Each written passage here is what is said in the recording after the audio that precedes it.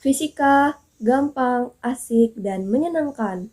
Perkenalkan, nama saya Bernedika Dwi Fernanda dari kelas 12 MIPA 1, dan pada video kali ini, saya akan menjelaskan materi tentang fisika inti dan radioaktivitas. Jadi, simak penjelasan berikut ini ya. Fisika inti dan radioaktivitas ini merupakan pelajaran pada materi kelas 12, yaitu ada di bab 10.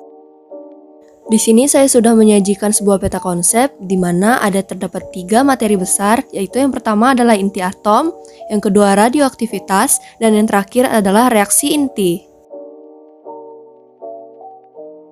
Pada materi yang pertama, kita masuk pada pengertian inti atom. Atom adalah partikel terkecil dari suatu materi hidup maupun materi tidak hidup. Contoh materi dalam kasus ini yaitu pensil, yang mempunyai ruang dan massa. Intinya, semua materi pasti tersusun atas kumpulan atom.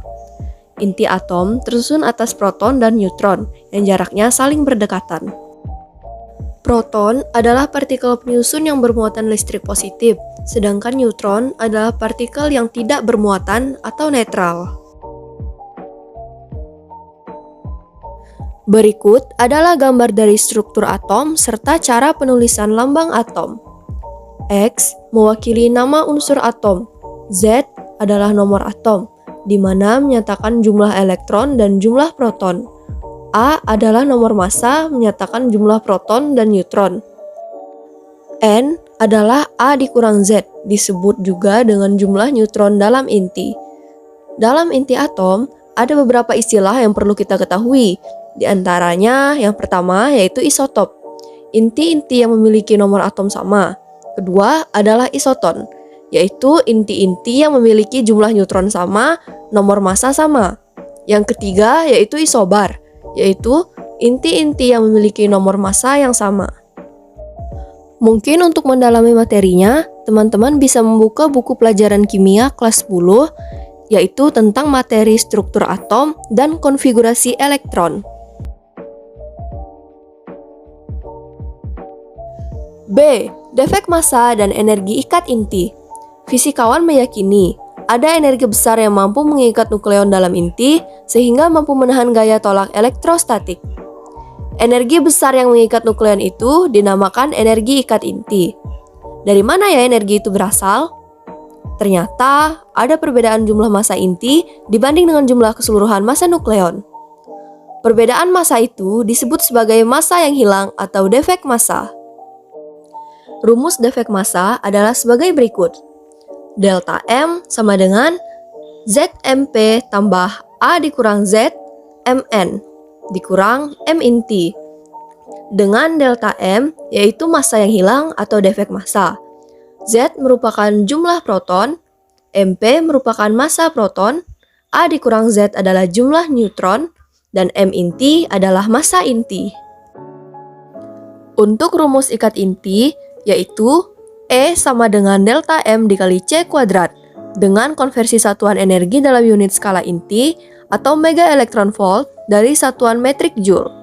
E sama dengan delta M dikali 931,5 mega elektron volt atau E sama dengan ZMP ditambah A dikurang Z dikali Mn dikurang M inti dikali 931,5 mega elektron volt.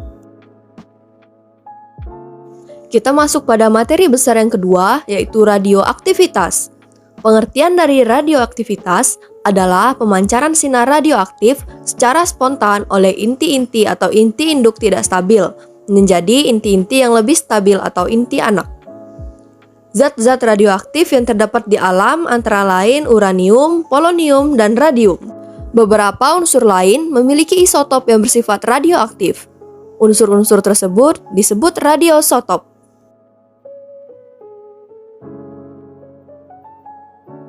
Karena keterbatasan durasi, teman-teman dapat menekan tombol pause dan membaca tentang manfaat radioisotop yang telah disajikan di gambar.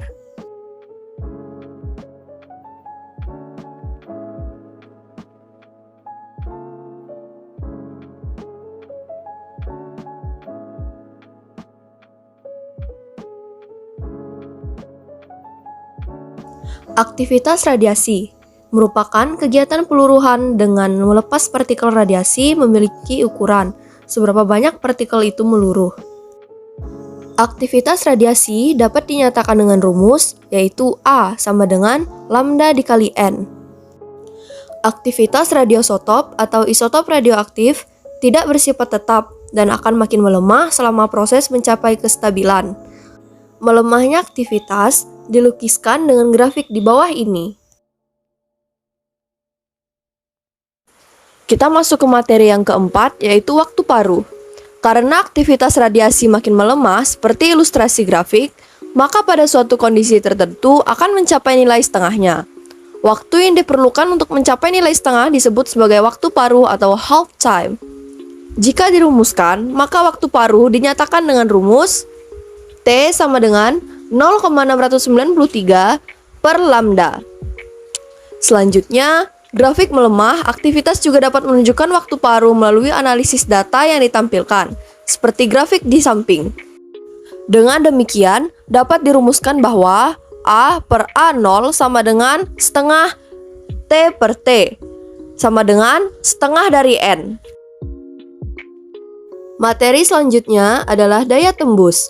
Sinar gamma merupakan sinar radioaktif yang memiliki daya tembus paling besar, karena ukurannya yang sangat kecil dan merupakan gelombang elektromagnetik. Ketika menembus bahan yang dilewati, intensitas atau kekuatan sinar gamma akan berkurang seiring jarak tembusnya.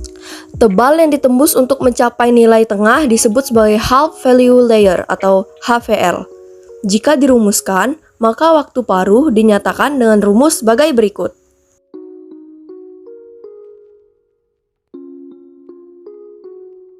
Sekarang kita masuk pada subbab yang terakhir, yaitu reaksi inti.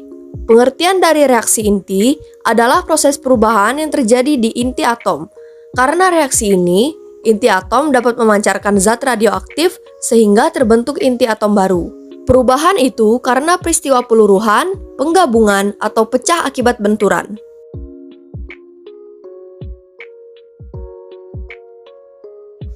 B.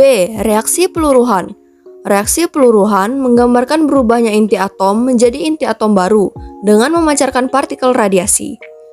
Persamaan reaksi peluruhan mudah dikenali dari bentuk perubahan inti atom seperti pada contoh berikut. Peluruhan alfa merupakan suatu pancaran partikel alfa oleh unsur-unsur radioaktif untuk memperoleh keadaan seimbang. Contohnya adalah peluruhan radium-226 menjadi radon-222. Yang kedua adalah peluruhan beta.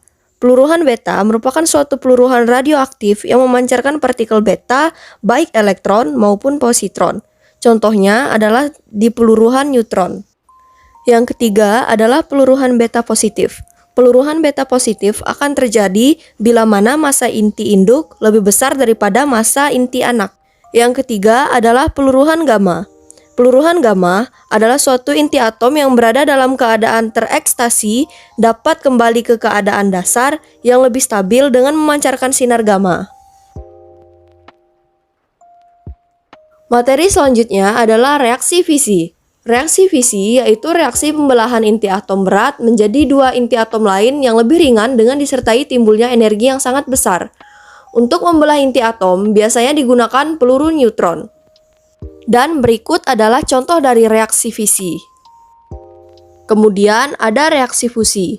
Reaksi fusi yaitu reaksi penggabungan dua inti atom ringan menjadi inti atom lain yang lebih berat dengan melepaskan energi. Reaksi fusi selalu terjadi setiap saat di matahari, di mana neutron dan proton membentuk inti hidrogen dan helium. Berikut adalah contoh reaksi fusi.